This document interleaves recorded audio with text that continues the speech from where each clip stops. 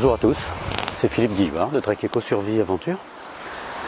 Aujourd'hui, je voudrais attirer votre attention sur une plante qui est très originale, une plante qui est un petit peu compliquée à étudier lorsqu'on n'a pas l'habitude. Je voudrais vous la présenter. Il s'agit, comme vous le voyez pour ceux qui connaissent et pour ceux qui ne connaissent pas, il s'agit du houblon. Vous connaissez peut-être les cônes qu'on voit là-haut, en haut de cet arbuste, qui sont des cônes qui sont merveilleux et qui servent, entre autres, à faire la bière. Le houblon est une plante vivace qui est très particulière et qui a besoin, pour être reconnue et utilisée, d'être bien détaillée. Donc, nous allons ensemble détailler aussi bien les feuilles, les fleurs et les fruits, ainsi que la tige, pour pouvoir reconnaître cette plante. Alors cette plante, c'est assez particulier à dire, mais elle fait partie de la même famille que le cannabis. C'est-à-dire que c'est une plante qui produit elle aussi une petite poudre, mais vous le verrez tout à l'heure en image, une petite poudre jaune qui a des propriétés légèrement, en tout cas, somnolentes. Nous allons commencer par la tige, si vous le voulez dire. C'est une liane, donc c'est une plante qui a tendance à se faufiler et à s'enrouler, à s'accrocher sur des arbustes qui sont plus grands qu'elle, évidemment, pour pouvoir monter le plus haut possible, dans la mesure où, évidemment, elle le peut. Alors, cette plante monte, ici, en l'occurrence, il y en a une qui est montée à plus de 5 mètres de hauteur, mais dans certains endroits, on arrive à faire monter ces plantes jusqu'à près de 9 mètres de hauteur, voire un petit peu plus, hein. Pour ma part, j'en ai pas vu monter si haut, mais déjà 5-6 mètres de hauteur, c'est assez impressionnant quand vous voyez les cônes de houblon qui pendent, parce que ça, c'est vraiment quelque chose de très joli, hein. Alors, cette tige est une tige qui est très rigide et qui semble totalement glabre, c'est-à-dire sans poils. Mais lorsqu'on la touche comme ça, on s'aperçoit qu'il y a comme des petits crochets. Je ne pourrais pas vous les montrer en image, j'ai essayé de les prendre en image, mais c'est trop petit pour que ma caméra arrive à les voir. Mais si vous le faites, lorsque vous allez toucher la tige de houblon, vous sentirez ces petites rugosités qui accrochent légèrement la main, hein, les doigts. Alors c'est une tige en même temps qui est légèrement torsadée et anguleuse. 4 à 5 angles globalement, hein. Voilà, c'est une tige qui est très rigide et on l'emploie même, alors pour ceux qui ont vu la vidéo que j'ai fait en l'occurrence sur les cordelettes végétales, c'est une tige qu'on peut employer pour faire de longues cordelettes végétales parce que justement on peut avoir des parties qui sont relativement grandes, hein. Comme vous le voyez, c'est une liane qui est très longue. On va aller un peu plus loin et je vais vous emmener pour regarder les feuilles qui ont besoin d'être, je dirais, bien détaillées. Voilà. Alors ici, j'ai quelques lianes de houblon qui sont intéressantes à observer pour les feuilles. Pourquoi? Parce que les feuilles de houblon ne sont pas tout le temps de la même forme. Vous allez voir, il y a des feuilles, regardez, qui sont entières, c'est-à-dire avec, on va dire, un seul lobe total, qui sont par contre, et toutes les feuilles le sont, dentées sur la périphérie du limbe. Et ensuite, vous avez des feuilles qui sont, là elles sont petites, mais on en verra des plus grosses tout à l'heure, qui ont 3 lobes différents, 1, 2 et 3. Et ces lobes, évidemment, sur la périphérie, sont légèrement dentés. Vous voyez, ici, il y a bien 3 lobes, chacun de ces lobes étant terminé en pointe. Et il y a aussi des feuilles, alors, s'il n'y en a pas ici, je vous en montrerai un petit peu plus loin que j'avais repéré. Il y a des feuilles qui sont aussi avec 5 lobes. Donc elles peuvent être soit entières, c'est-à-dire un seul lobe, soit trilobées, ou soit avec 5 lobes. Ce qui est assez particulier parce qu'en réalité, cette plante produit des feuilles qui sont à chaque fois différentes en fonction de son évolution dans la nature. Si vous voulez bien, je vais vous montrer maintenant, puisque nous en avons ici, nous allons regarder de plus près les cônes de houblon, les cônes qui sont le fruit de cette plante et qui sont, je dirais, la partie la plus importante à utiliser, hein. Je vais aller là-bas pour vous les présenter, il y en a de vraiment très beaux là. Ah bah tenez, tant qu'on y est, bon tant pis, voilà, ça c'est une feuille, vous voyez, qui possède bien plus que 3 lobes, 1, 2, 3, 4 et 5. Donc ça fait partie de l'évolution de ces feuilles qui peut être, je dirais, constituée de façon différente, mais toujours sur la même plante, hein. Alors, vous voyez, les cônes de houblon se présentent pratiquement tout le temps sous forme de grappes plus ou moins pendantes, associées évidemment à des feuilles. Alors, ce qui est important de savoir, et c'est là où il y a une petite complexité dans cette plante, c'est que au départ, cette plante forme des fleurs qui sont soit mâles, soit femelles. Les fleurs mâles sont des petites fleurs qui semblent à peu près naturelles lorsqu'on les regarde, et les fleurs femelles ressemblent un petit peu à des pommes de pin, mais au lieu d'avoir des espèces d'écailles, elles ont comme des gros poils importants. Je vous les montrerai en image tout à l'heure, et ce sont essentiellement, évidemment, ces fleurs femelles qui vont donner les cônes que nous utiliserons ensuite. Donc, essentiellement, ce sont les fleurs femelles qui deviennent ce que nous voyons ici. Ces cônes sont formés d'espèces de petites, on va dire, feuilles tout autour d'un axe et représentent, comme vous le voyez, comme une espèce de pomme de pin, mais en plus fragile. Voilà. La particularité de ces cônes, c'est que lorsqu'on en prend quelques-uns, alors je ne sais pas là si je pourrais le faire, mais non, là je peux pas.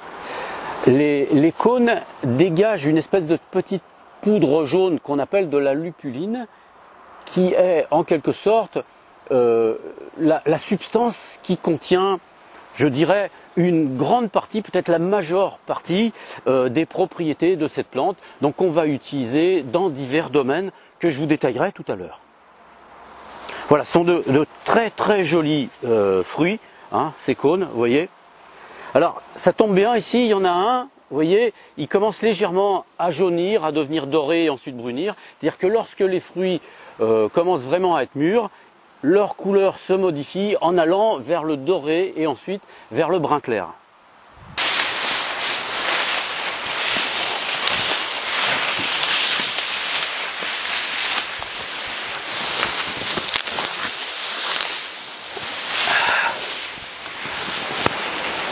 Ah mince.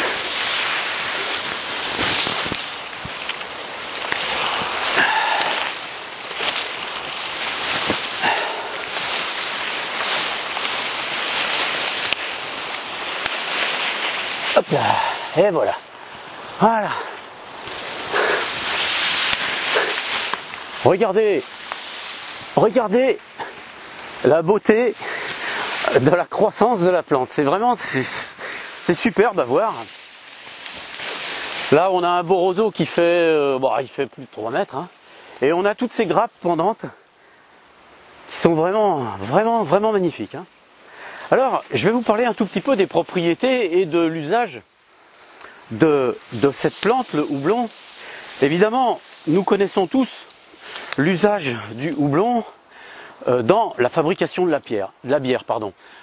Il faut savoir quand même que le houblon n'est pas la partie la plus importante dans la fabrication de la bière, contrairement à ce qu'on pourrait croire. Car pour faire 1 litre de bière, il faut globalement 2 à 3 grammes de houblon seulement. Donc pour 1 litre de bière, ce qui sous-entend qu'il y a évidemment d'autres ingrédients. Par contre, c'est le houblon, comme je l'ai dit déjà tout à l'heure, qui va donner son arôme, son amertume et en même temps ses propriétés. Ces propriétés sont très intéressantes.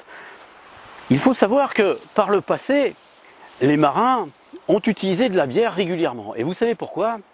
Eh bien c'est parce que lorsque ceux-ci partent relativement longtemps, donc dans des voyages au long cours, par exemple sur 6 mois, voire 1 an, les marins ne pouvaient pas consommer de fruits et de produits crus qui étaient frais. Donc ils étaient en carence d'une vitamine qui est la vitamine C et qui produit, je dirais, un affaiblissement global de l'organisme qu'on appelle le scorbut.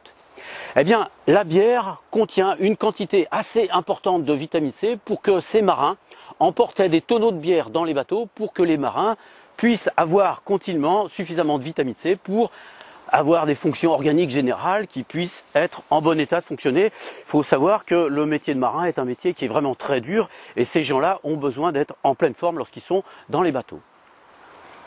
Une autre caractéristique du houblon, et pas des moindres, c'est que cette plante contient une hormone végétale qui est de la famille des estrogènes. Ce faisant, donc, elle a la particularité de soutenir les caractères féminins, chez la femme bien sûr, mais si l'homme consomme beaucoup de bière, en l'occurrence, eh bien la bière, en apportant ses hormones estrogéniques, si vous voulez, a tendance à produire des déformations chez ceux qui consomment énormément de bière, en leur développant un petit peu plus les seins, mais sous une forme un petit peu plus grasse, donc qui va lui donner du volume, et en même temps qui augmente la ceinture graisseuse, si vous voulez, du bas du ventre.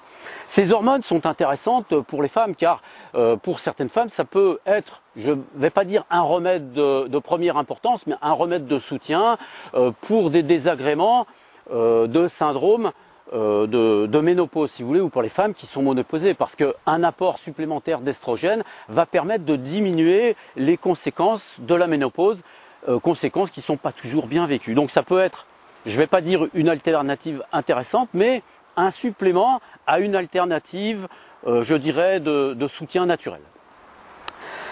Une petite chose, juste pour finir sur cette propriété liée à ces phytoestrogènes, c'est que la plante est anaphrodisiaque, c'est-à-dire que pour les femmes il n'y a pas de problème, mais pour les hommes qui boivent un petit peu trop de bière ont tendance un petit peu à s'endormir rapidement et à avoir moins de désir sexuel.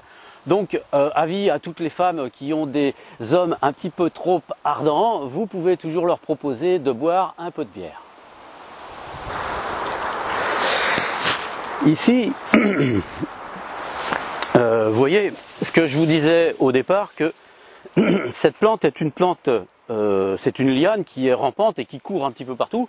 Il y en a ici suffisamment pour vous montrer comment ça fonctionne. Alors, cette plante, lorsqu'elle est jeune, se consomme, enfin les jeunes pousses se consomment. Hein.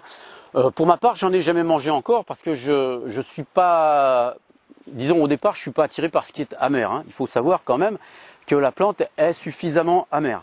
Et les jeunes pousses sont très recherchés par ceux qui les connaissent, car ils sont vraiment exquis de goût quand on aime un petit peu l'amertume. En passant, je vous fais juste observer que là-bas, vous voyez, vous avez des topinambours sauvages qu'on remarque grâce à ces superbes fleurs jaunes, vous voyez, qui montent. Celle-ci là-bas, elle doit bien être à 3 mètres de hauteur. Alors dans les propriétés reconnues de cette plante et utilisée depuis longtemps, il y a une propriété qui consiste à améliorer le sommeil, à favoriser l'endormissement. Et une chose très simple à faire avec les cônes de houblon, c'est que dans le temps, les cônes de houblon étaient fourrés dans les oreillers pour favoriser entre autres le sommeil des enfants, mais aussi des adultes. Donc c'est quelque chose qui est relativement simple, car vous pouvez ramasser une quantité de cônes de houblon, pas forcément très important, mais vous avez vu que ça se ramasse facilement, et le fourrer dans un oreiller pour améliorer votre sommeil. Voilà. C'est une plante qui possède d'autres propriétés qui peuvent être intéressantes, moyennant évidemment de l'utiliser en tisane. Alors en tisane, pour pouvoir être simple, c'est une plante qu'il faut utiliser avec parcimonie malgré tout. On doit l'utiliser en commençant toujours par des quantités relativement faibles. Donc on commencera d'abord par 15 grammes par litre pour monter jusqu'à 65 grammes par litre maximum. C'est très suffisant. Et voir à peu près à quel niveau on se sent le mieux.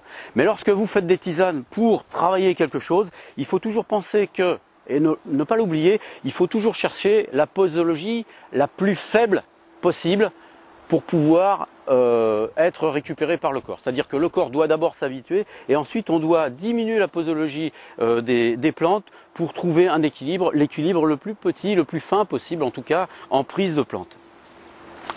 Alors dans la dernière utilité qu'on peut avoir de cette plante, c'est une plante qui ouvre l'appétit. Pourquoi? Parce qu'elle est amère et qu'elle produit si vous voulez, une espèce de réaction au niveau de l'estomac, au niveau de la digestion, qui améliore la digestion. Donc on peut l'utiliser en tisane, mais à ce moment-là, avant de manger, parce que si vous utilisez la tisane par exemple après manger le soir, elle aura plutôt tendance à vous aider à vous endormir, ce que je vous ai expliqué tout à l'heure avec les cônes de houblon.